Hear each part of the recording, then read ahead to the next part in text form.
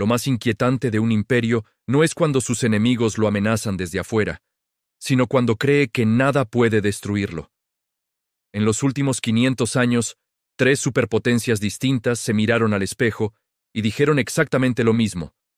Somos diferentes, somos especiales, esto no puede pasar aquí. España en 1500, Gran Bretaña en 1900, la Unión Soviética en 1980. Todas se sentían eternas. Todas terminaron igual, quebradas, humilladas, reducidas a una sombra de lo que fueron.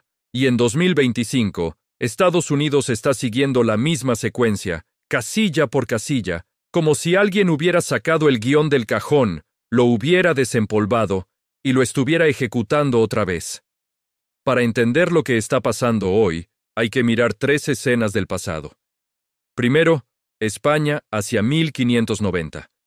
Dueña de medio mundo conocido, controlando la mayor parte del oro y la plata del planeta, con sus barcos llenando de metal precioso los puertos europeos. El real español circulaba por todas partes, era la referencia global, pero esa lluvia de riqueza fue también el veneno. El imperio se extendió militarmente en 4 continentes, guerreó contra quien se moviera y gastó como si el dinero nunca fuera a acabarse. Cuando los ingresos ya no alcanzaron, hicieron lo que todos los imperios al borde del abismo hacen. Degradaron su propia moneda, mezclaron cobre con plata, mantuvieron el valor nominal mientras destruían el valor real. La inflación se disparó, las deudas se acumularon, el Estado se declaró en bancarrota una y otra vez. Y la consecuencia más peligrosa no fue solo financiera, fue psicológica y productiva. España dejó de producir porque creía que siempre podía comprar. Dejaron de cultivar, dejaron de fabricar, dejaron de innovar. El oro entraba por un lado y salía por el otro. La riqueza cruzaba el país sin quedarse. Cuando las minas comenzaron a agotarse, detrás del brillo no quedaba nada sólido. Lo que siguió fue decadencia social, éxodo de talento, pérdida de territorios y, finalmente, el paso de superpotencia temida a potencia regional decorativa. Ahora salta a Londres, principios del siglo XX. El mapa estaba pintado de rojo. Territorios en todos los continentes, la famosa frase de que el sol nunca se pone en el Imperio Británico no era una metáfora, era un hecho. La libra esterlina era la moneda de reserva mundial. Los bonos británicos se consideraban intocables. Pero el imperio ya venía con las grietas formadas. Mantener tropas, barcos y control político sobre una cuarta parte del planeta tenía un costo descomunal. Cuando estalló la Primera Guerra Mundial, Gran Bretaña tomó la decisión que la marcaría para siempre. Entrar de lleno, financiar una guerra industrial brutal y pagarla con deuda. Ganaron el conflicto, sí, pero a cambio de transformar al mayor acreedor del mundo en deudor crónico. Sus reservas de oro se drenaron, intentaron volver al patrón oro fingiendo que nada había cambiado y ahogaron su economía doméstica con una moneda sobrevaluada. La industria perdió competitividad, el desempleo creció y al final tuvieron que admitir la realidad. Abandonar el patrón oro y devaluar la libra. Entre 2 guerras mundiales, se hundieron en una espiral de deuda que culminó con un imperio imposible de sostener. India se fue, después África, luego Asia, luego el resto. La libra pasó de ser el eje del sistema financiero global a moneda secundaria. El imperio no cayó en una sola batalla. Se deshizo a golpes de matemática y realidad económica. Por último, mira a Moscú en 1985. La Unión Soviética proyectaba poder, misiles nucleares, tanques por decenas de miles, satélites y estados títeres rodeando Europa. Sobre el papel, era un coloso. En las tiendas, en las fábricas y en los campos, era otro cuento. A diferencia de España y Gran Bretaña, la URSS nunca tuvo una moneda de confianza. El rublo no era respetado ni dentro ni fuera del país. El sistema funcionaba a punta de control político, petróleo caro, exportación de materias primas y gasto militar descomunal. Para seguir compitiendo con Estados Unidos en cada rincón del planeta, destinaron entre el 15 y el 20% del PIB al ejército, una cifra que ninguna economía puede sostener indefinidamente. La producción se volvió ineficiente. La innovación murió atrapada en la planificación central.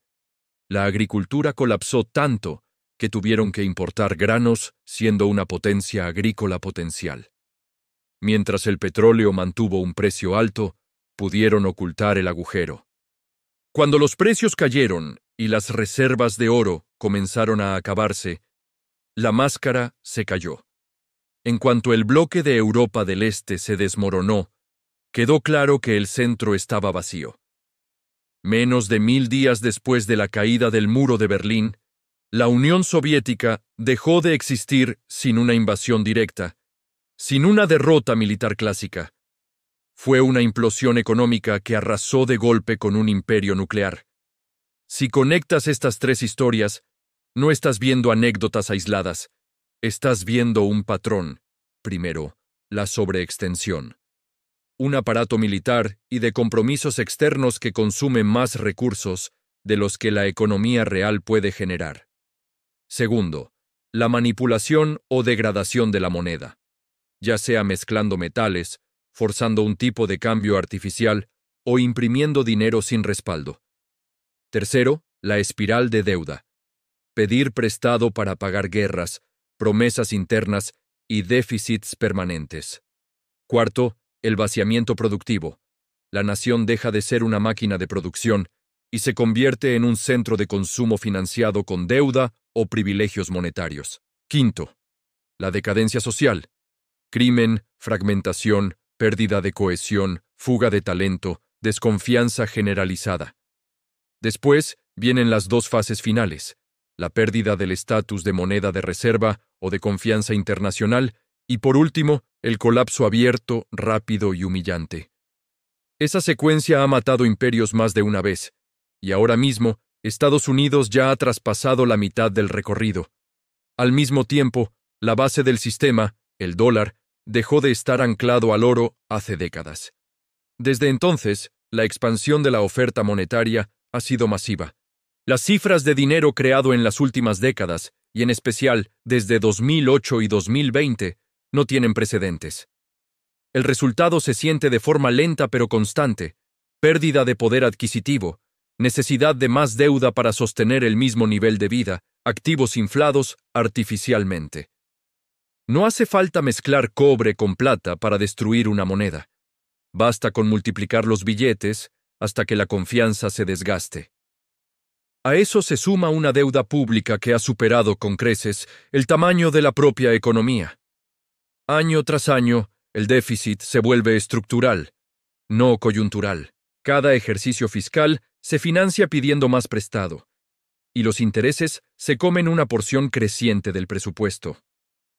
Cuando un país comienza a endeudarse para pagar los intereses de las deudas anteriores, ya no está gestionando, está sobreviviendo. Eso es una espiral, y las espirales no se detienen suavemente, se rompen. Todo esto ocurre en un contexto de deterioro social visible, instituciones desacreditadas, polarización extrema, aumento de problemas como la drogadicción, la falta de vivienda, la fragmentación familiar, el cinismo político. La confianza, que es el pegamento invisible de cualquier sistema estable, se ha erosionado. Cuando la gente deja de creer en el futuro de su país, en la honestidad de sus dirigentes y en la justicia de sus reglas, empieza a comportarse como en un barco que se hunde. Cada uno intenta salvar lo suyo. Esa mentalidad es el síntoma clásico de la quinta etapa, decadencia interna. Y aquí es donde el patrón se vuelve inquietante. España completó estas fases antes de perder el oro y ver cómo su moneda quedaba descartada. Gran Bretaña llegó a este punto antes de ver a la libra destronada y al imperio desmembrarse. La Unión Soviética alcanzó la fase de decadencia social y estancamiento económico antes de que el rublo implosionara y el Estado se desintegrara. Estados Unidos no está acercándose a esa secuencia, ya está dentro. Sobreextensión militar, manipulación monetaria, deuda descontrolada, erosión industrial y decadencia social ya están presentes. Esas son 5 de las 7 etapas. ¿Qué falta entonces? La sexta, La pérdida del estatus de moneda de reserva no llega de golpe, llega por fisuras. Países que comienzan a hacer comercio en otras monedas, bancos centrales que compran oro en lugar de dólares. Bloques de naciones que buscan alternativas, aliados que se preparan por si el ancla del sistema deja de ser tan estable como parecía. Cada nuevo acuerdo energético fuera del dólar, cada mecanismo de compensación alternativa, cada movimiento para diversificar reservas, son pequeñas señales de que el mundo está construyendo una salida de emergencia. Cuando esa puerta esté suficientemente abierta, el flujo se invertirá. Los dólares que hoy se quedan fuera empezarán a regresar. Y cuando una montaña de moneda fiat vuelve a casa, mientras la confianza se rompe, lo que se produce no es un ajuste suave, es una crisis monetaria. La séptima etapa es la que nadie quiere imaginar. El momento en que el sistema deja de funcionar como asumíamos. Cuando los intereses se vuelven impagables, cuando la moneda se devalúa a una velocidad que ningún salario alcanza, cuando financiar al ejército y las promesas internas se vuelve incompatible, cuando los aliados entienden que la superpotencia ya no puede sostener su papel. No se trata de una caída lenta y ordenada, sino de un punto de quiebre. España tardó décadas. Gran Bretaña perdió su imperio en unas cuantas décadas. La URSS desapareció en menos de 3 años después de su primer gran síntoma visible. El tiempo cambia, pero la lógica es la misma. La fase final siempre sorprende a la mayoría porque pasan años convenciéndose de que esto no puede pasar aquí. Hoy repetimos las mismas frases que se dijeron en Madrid, Londres y Moscú. Nuestro caso es distinto. Tenemos tecnología. Nadie puede reemplazar nuestra moneda. Nuestro sistema es el más sólido. Es el mismo autoengaño con otro acento. Pero la historia no responde a los discursos, responde a las matemáticas. No se puede gastar eternamente más de lo que se produce. No se puede vivir para siempre de la deuda.